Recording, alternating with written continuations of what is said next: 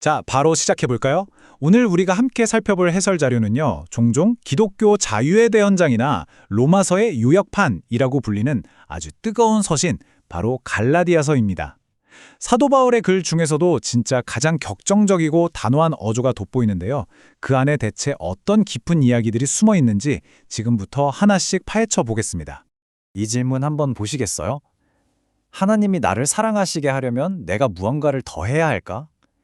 와, 이 짧은 한 문장인데도 벌써부터 뭔가 톡 막히고 피곤해지는 기분 들지 않으시나요?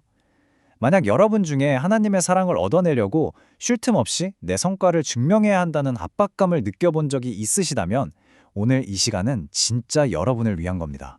자, 첫 번째 파트입니다. 바울의 분노와 거짓 복음. 바울이 갈라디아서를 시작했던 그 방식 그대로 우리도 기나긴 인사말 같은 건 다 건너뛰고 곧바로 본론으로 들어가 보죠. 바울은 보통 편지를 쓸 때 은혜와 평강이 있기를 하면서 꽤 다정하게 시작하거든요. 근데 여기선 아닙니다. 갈라디아 지역 교회들이 함정에 빠졌다는 소식을 듣고는 너무 화가 나서 바로 이렇게 엄청난 경고를 날리죠.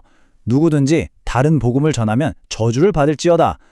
세상에 진짜 무서운 말 아닙니까?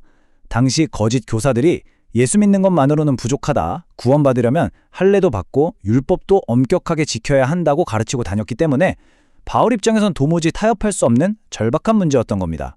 여기 참된 복음과 거짓 복음의 차이가 아주 명확하게 드러나죠. 그러니까 핵심은 이거예요.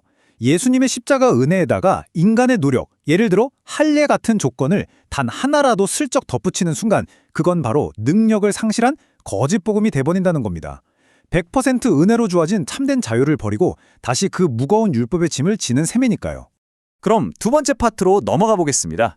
율법의 진짜 목적입니다. 여기서 아주 자연스럽게 이런 의문이 하나 드실 겁니다. 아니, 율법을 지켜서 구원받는 게 아니라면 애초에 하나님은 왜 그 복잡한 율법을 우리에게 주신 걸까? 바울은 여기서 율법을 고대의 초등교사, 옛날 번역으로는 몽학선생의 찰떡같이 비유합니다.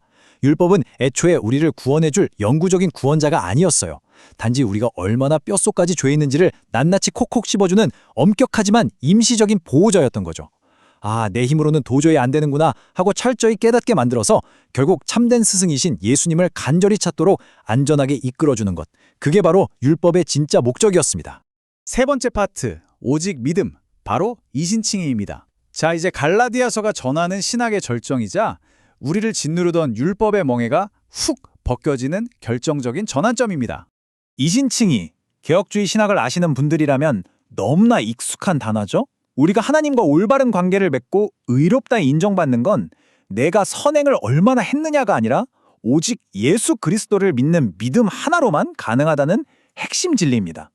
다시 말해 진정한 아브라함의 자손은 육체의 할례 같은 외적인 의식을 따르는 사람이 아니라 바로 이 자유의 진리를 가슴에 품은 사람들이라는 거죠. 이 동그란 차트 한번 보세요. 인간의 노력 보이시나요? 0%, 제로입니다.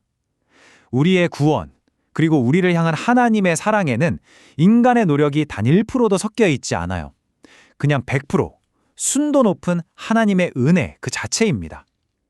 무언가를 더 해야만 구원을 얻는다는 조건부 사랑이 절대 아니라는 겁니다. 네 번째 파트, 현대교회의 신율법주의입니다. 자, 이제 이 고대의 서신을 지금 우리가 살고 있는 21세기 거울 앞에 딱 비춰볼 차례입니다. 솔직히 우리 요즘 할례 받으라고 싸우진 않잖아요. 하지만 이 문제는 아직도 생생하게 살아 숨쉬고 있습니다. 우리 주변을 한번 볼까요? 알게 모르게 우리는 이런 신율법주의에 꽤 자주 속아 넘어갑니다. 그래도 이 정도 헌금은 내야 축복받지? 인정받으려면 이 봉사는 무조건 완벽하게 해내야 해. 남들 보기에 흠없는 경건한 모습을 유지해야 해. 심지어 오늘 영적 루틴을 하루라도 빼먹으면 하나님이 화내실 텐데 하면서 불안해하거든요. 하나님을 기쁘시게 하려고 뭔가 자꾸 증명해야 한다는 이 율법주의. 겉모습만 싹 바뀌었지 여전히 우리를 지치게 만들고 있습니다. 다섯 번째 파트, 방종이 아닌 참된 자유입니다. 이쯤 되면 꼭 등장하는 아주 고전적인 질문이 하나 있죠. 잠깐, 전부 다 은혜라고? 그럼 뭐 구원받았으니까 이제 내 맘대로 죄 짓고 막 살아도 되겠네? 바울은 그 오해에 대해서 진짜 수정같이 명쾌하게 선을 긋습니다. 진정한 자유는 내 육체의 욕심대로 마음껏 이기적으로 살아가는 핑계가 절대 아닙니다. 그건 그냥 방종이죠. 참된 자유란 강요나 두려움 때문에 억지로 율법을 지키는 게 아니라 내 안에 계신 성령의 법을 따라서 자발적으로 그리고 기쁨으로 하나님과 이웃을 사랑하며 섬길 수 있는 새롭고 놀라운 능력입니다. 자, 마지막 6번째 파트, 종이 아닌 아들입니다. 이 모든 치열한 논쟁 끝에 갈라디아서는 우리에게 너무나 깊고 따뜻한 위로가 담긴 결론을 건넵니다. 여러분은 더 이상 벌 받을까봐 벌벌 떨거나 뭔가 삭슬 얻어내려고 끙끙대며 멍에를 끄는 종처럼 살지 않아도 됩니다. 여러분은 이미 입양되었거든요. 나를 위해 자기 몸을 버리신 예수님의 그 완벽한 공로 안에서 나는 완전히 사랑받고 있고 진짜 안전하구나 이걸 마음껏 누리시면 됩니다. 여러분은 노예가 아니라 진짜 자유로운 아들과 딸이니까요. 마지막으로 여러분에게 묻고 싶습니다. 혹시 지금 이 순간에도 하나님의 마음을 얻어내겠다고 쉴 새 없이 노력하며 지쳐 계신가요? 그렇다면 이제 그 피곤한 정죄감과 율법주의에서 벗어나 그 완전한 은혜의 한복판으로 걸어 들어가서 여러분의 어깨를 짓누르던 그 무거운 멍에를 영원히 훌훌 벗어던질 때가 되지 않았습니까?